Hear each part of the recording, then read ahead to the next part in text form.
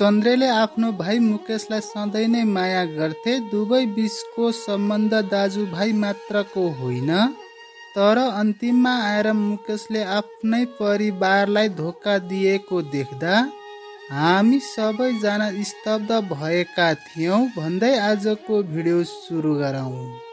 होइन मुकेश, त किन दाइलाई हस्पिटल लगेर नगएको? उता सन्देश र बुवा जानु भएको रहेछ, त जानु पर्दैन भन्दै त्यहाँ चन्द्रेको बुवाले मुकेशलाई प्रश्न गरेपछि मुकेशले आरतीको अनुहारमा हेरेका थिए अनि आरतीले मुकेशलाई इसारा गर्दै टाउको हलाउँदै तिमी हस्पिटल जानु पर्दैन भन्दै इसारा गरेपछि मुकेशले होइन बुवा, तपाईँ किन आत्तिनु भएको? यस्तो बर्खामासको बेलामा अलिअलि सर्पले त टोकिहाल्छ नि भन्दै भित्र छिरेपछि चन्द्रेको बुवा र आमा यसले के भन्न खोजेको होला भन्दै अचम्मित भएका हुन्छन्।